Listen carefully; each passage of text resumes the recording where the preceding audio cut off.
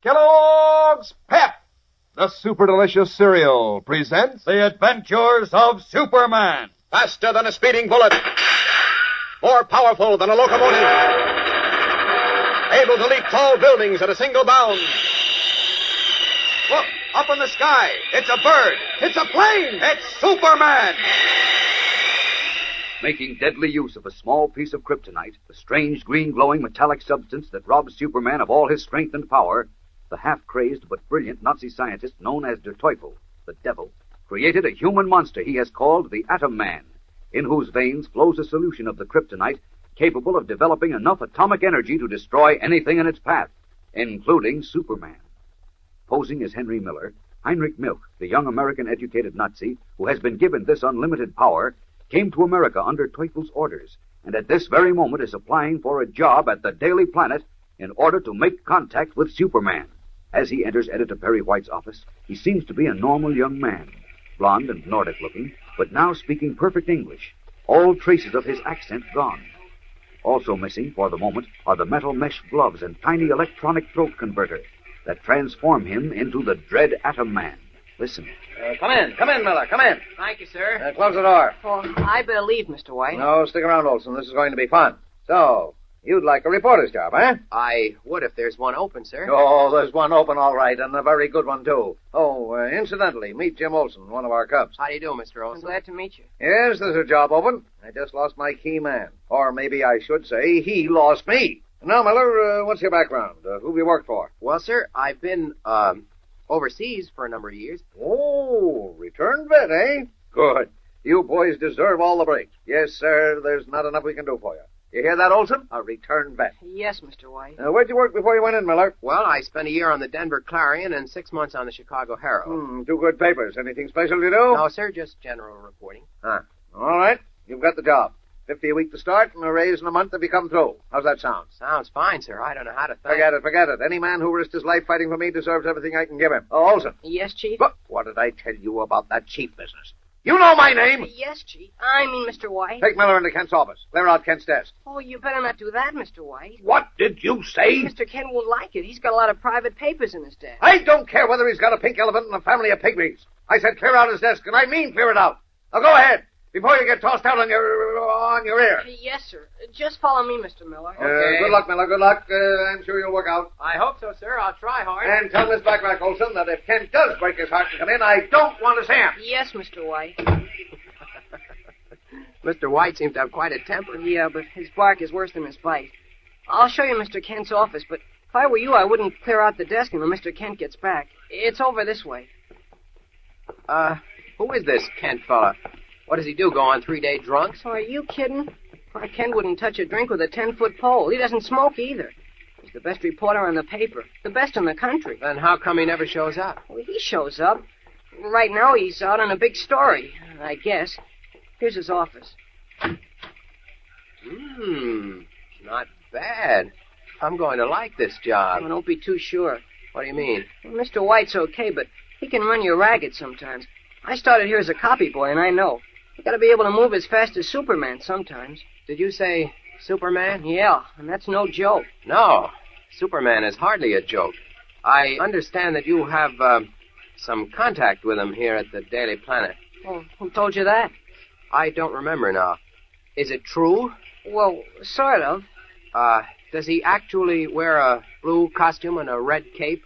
Or haven't you ever seen him? Oh, I've seen him all right, plenty of times. Sure he does. How would you contact him if you needed him? Oh, you better ask Miss Lane that question. Miss Lane? Mm-hmm, Lois Lane. She's our star girl reporter. I think you ought to meet her. She's in this next office. Come in.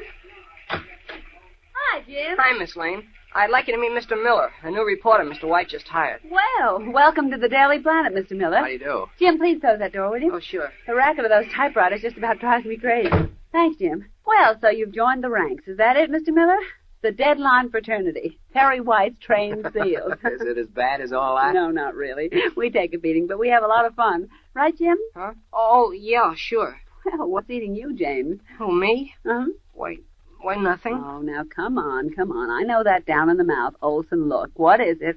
Mr. Miller is taking Mr. Kent's place. Oh, that's fine. I'm off What did you say? Mr. Kent's been fired. Mr. Miller is taking his place. Who said so? The chief, Mr. White. Oh, the chief. For a minute you had me worried. By this time, Jim, you ought to know better than to take the little Napoleon at his word. Both Clark and I have been fired at least 15 times in the last year. Is that so? But this time it's for keeps. Oh, nonsense, I Jim. tell you, Miss Lane, this time Mr. White means it. Don't worry, Jim. The minute Clark sticks his nose in that door, it'll be all... What's going to happen the minute I stick my nose in the door? Oh, Mr. Kent. Hi, Jim. Clark, you're in trouble. Meet Mr. Miller, the man who's taking your place on the paper. Huh? Clark, I'm talking to you. This is Mr. Miller. Clark. Dazed, as though someone had suddenly cut him across the face with a whip, Clark Kent, almost a little frightened, feels a strange weakness creeping over him as the solution of kryptonite in Henry Miller's veins begins to take some effect, even without the metal mesh gloves and the electronic converter. This is the first meeting of the Atom Man and Superman, although neither is aware of the other's true identity. Something startling is bound to happen, so stay tuned in for the dramatic climax in a few moments. But right now, here's a word from your announcer. You know, most of the gang wear their new Kellogg's Pep comic buttons pinned on their jacket or dress or cap, so everybody can see how many they've collected. But I met up with a girl yesterday who pins hers on a piece of black velvet her mother gave her. You know, like medals. Of course, it doesn't matter how you keep them, as long as you're keeping up with the other kids, rounding out your collection of all 18 different buttons. You'll want Smilin' Jack and Lillums and Smitty and Superman, of course, and all the other true-to-life pictures of your favorite comic strip friends. Now, any duplicates you get, you'll want to swap with your friends. That's part of the fun. And it's also fun to compare notes and see who's got the most different buttons every day. So don't miss out, gang. Get to work on your collection right away. Ask Mom to get you a package of that super delicious Kellogg's Pep, because that's the only way you can get these new comic buttons. You don't send in any money, not even a box top. You can't buy them anywhere. But inside every package of Pep, there's a swell prize, one of these brand new colorful comic buttons, or a military insignia or warplane button. It's a prize for you from P.E.P. Pep, made by Kellogg's of Battle Creek. Now, back to the adventures of Superman. A strange scene is taking place in Lois Lane's office at the Daily Planet. Clark Kent, in reality Superman, is facing for the first time young Heinrich Milk, alias Henry Miller, in whose veins flows a solution of kryptonite that makes of him a deadly atom man. As Lois Lane and Jimmy Olsen look on in bewilderment, Kent pales as he feels a strange weakness coming over him. Listen. Clark, what's the matter with you? I don't know, Lois. Well, don't you feel well, Mr. Kent? Here, sit down. I think perhaps I'd better leave. No, I'm sorry, Mr. Miller, Clark. I'm sorry, Mr. Miller, but It's all right. I've got some unpacking to do anyway. I'll see you all later. Bye. Bye. Now, Clark, what's the matter with you? I don't know, Lois. Well, you look simply ghastly. Where have you been the last few days? Germany. Germany? Jeepers. Now, wait a minute. You left here on Monday, and today is Wednesday. It's almost like the weakness the kryptonite gave me. What's that? Oh, did I say something? I'm sorry. You said you were in Germany, Mr. Kent. Well, I said that. Clark, what in the name of heaven has come over you? Nothing, Lois. Nothing, really. Well, do you realize what's going on around you? I don't understand you, Lois. I don't know what you're talking about. Look, you better go in and see Perry White. What for? Well, for one thing, he's your employer, and every employer likes to see his employees once in a while. And for another thing, you've been fired. What, again? Well, this time it's serious, Mr. Kent. Really, Jim? Yeah, that's why Mr. White hired that Miller guy, to take your place. What Miller guy? Oh, good heavens. Clark, go right in to see the chief, will you? Why? Go ahead now. Open the door, Jim. All right. Well, Go ahead, Clark. all right, I'm going. You don't have to push.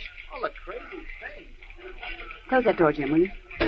What's wrong with him, Miss I Lane? don't know, but it's serious, Jim. Which key connects with Mr. White's office on the intercom? Number 3. Yes?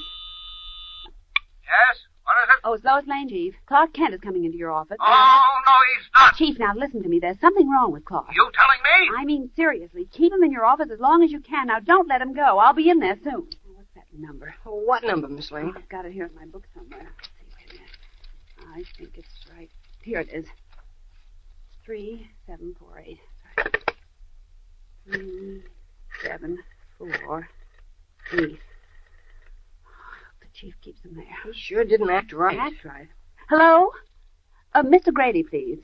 Well, he was completely irrational, Jim. It's the most incredible thing I've ever seen. Hello? Mr. Grady? Mr. Grady, I need your help. We have a reporter here at the Daily Planet who seems to have had a nervous breakdown. Yes, he's suddenly become completely irrational. Well, I'd like you to send for him immediately and take him out to your rest farm.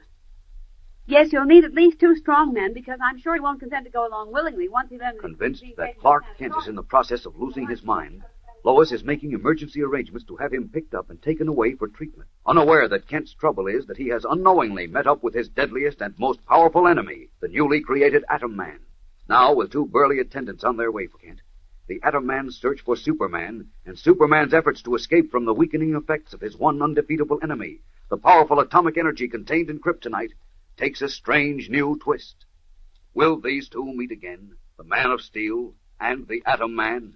When? Where? There's excitement ahead, excitement and spine-tingling suspense in this battle to the death, so don't miss a single thrilling word of it.